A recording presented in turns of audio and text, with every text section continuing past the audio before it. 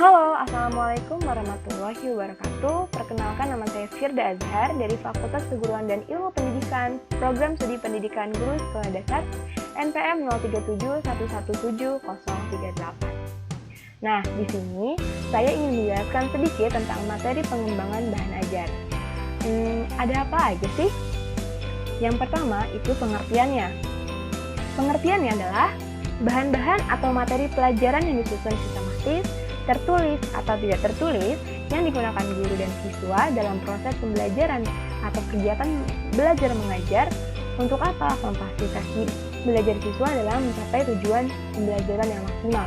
Nah, karakteristik itu mengembangkan atau menulis bahan ajar salah satu tugas profesional dan kemampuan yang harus dimiliki oleh guru, menurut Najati dalam Tian Belawati 2003. Selanjutnya, karakteristik bahan ajar itu dibagi menjadi 5, yaitu kriteria tentang isi. Jadi, bahan ajar yang baik itu harus sesuai dengan tujuan pembelajaran, akurat, mutakhir, komprehensif, cakupan isinya, tepat dalam menyikapi ras dan agama, jenis kelamin, harus memuat dasar isi, penilai, dan indeks. Nah, yang kedua, itu adalah kriteria penyajiannya. Jadi, bahan ajar yang baik harus menyajikan materi secara menarik untuk anak, berorganisasi, sistematis, petunjuk yang belajar. Terus, mengajak pembaca itu harus merespon, berkonsentrasi, gaya bahasa, warna, dan sebagainya. Yang ketiga, kriteria tentang ilustrasi. Jadi, bahan ajar yang baik itu memuat ilustrasi yang sesuai, yang terkait dengan teks, penempatan ilustrasi yang tepat, ukuran, fokus, dan tampilan seimbang dan pasti. Selanjutnya ada unsur pelengkap. Jadi unsur pelengkap itu yang harus dilengkapi, baik itu petunjuk dan tesnya. Yang terakhir ada kriteria tentang kualitas fisik. Jadi harus dicetak, dijilid dengan baik. Kertas yang digunakan pun harus bermutu, ukuran hurufnya digunakan sesuai dengan karakteristik peserta didik, dan penggunaannya pun harus baik loh teman-teman. Nah, selanjutnya menurut siapa ya? Nah, menurut Hendrik dan DKK, pada tahun 1996 mengelompokkan jenis bahan ajar yang berdasarkan cara kerjanya. Yang pertama itu, bahan ajar yang tidak diproyeksikan seperti foto, diagram, display, model. Yang kedua, harus diproyeksikan seperti slide, film, trips, overhead, atau proyeksi komputer. Yang ketiga itu ada bahan ajar audio, seperti kaset dan compact.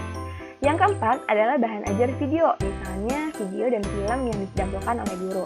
Yang kelima itu ada bahan ajar media komputer, misalnya komputer media instruksi, komputer media multimedia. Nah, di sini ada aspek-aspek pengembangan bahan ajar cetak.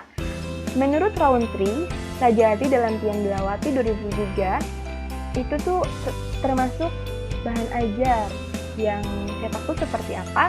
Berupa buku dan pamflet, panduan belajar siswa yang sengaja dikembangkan untuk melengkapi buku-buku utama.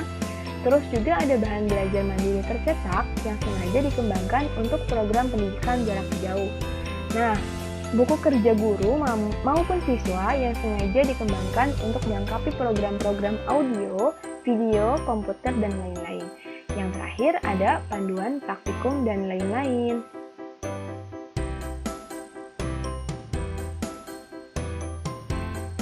Selanjutnya, karakteristik dari bahan ajar cetak itu ada 3 loh. Yang pertama, bahan ajar modul.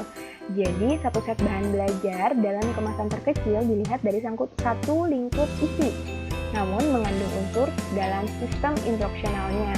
Jadi, ada materinya, ada daftar pustakanya, ada beberapa bagian-bagian yang harus dilengkapi.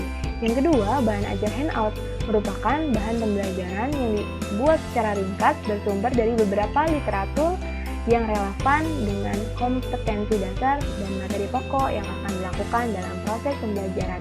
Biasanya sebelum pembelajaran, guru membaca handout dulu ya teman-teman untuk mengingat pembelajarannya. Yang ketiga ada lembar kerja siswa atau LKS. Merupakan bahan pembelajaran cetak yang sederhana, komponennya itu didominasi oleh soal-soal dan latihan yang sudah dipelajari sebelumnya oleh siswa.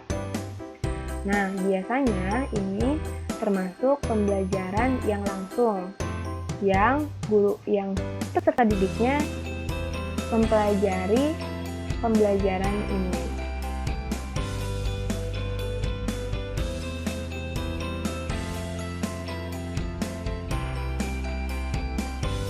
Selanjutnya itu ada aspek-aspek bahan ajar non-cetak. Jadi, bahan ajar non-cetak digital ini merupakan inovasi baru dalam dunia pendidikan. Perkembangan teknologi, informasi, dan komunikasi sangat pesat dalam mendorong berbagai lembaga pendidikan kita untuk memanfaatkan bahan ajar non-cetak yang diolah dengan komputer. Lalu, dalam kegiatan ini, cara membuat bahan ajar non-cetak hingga mengonlinekan bahan ajar tersebut dengan cara mengupload bahan ajar ke dalam course atau e-learning sehingga dapat mempelajarinya sendiri. Nah, karakteristik dari bahan ajar non-cetak itu ada berapa ya? Yang pertama ada bahan ajar audio, bahan ajar video, PowerPoint, PPT ya. Nah, audio ini merupakan bahan ajar yang hanya menggunakan bunyi dan suara untuk menyampaikan informasi kepada siswanya saat pembelajaran. Bisa membaca, bisa mendengarkan dengan headset atau speaker audio. Lalu bahan ajar video ini juga merupakan bahan ajar yang diperoleh dari kamera berisi pesan-pesan pembelajaran dan dikemas dalam tampilan visual digital berupa video yang ditampilkan dari proyektor, baik secara langsung atau tidak langsung. Secara langsung itu menurut dari video conference, yaitu video yang langsung pembelajarannya, serta video dari pembelajaran. Bisa jadi contohnya YouTube ya teman-teman.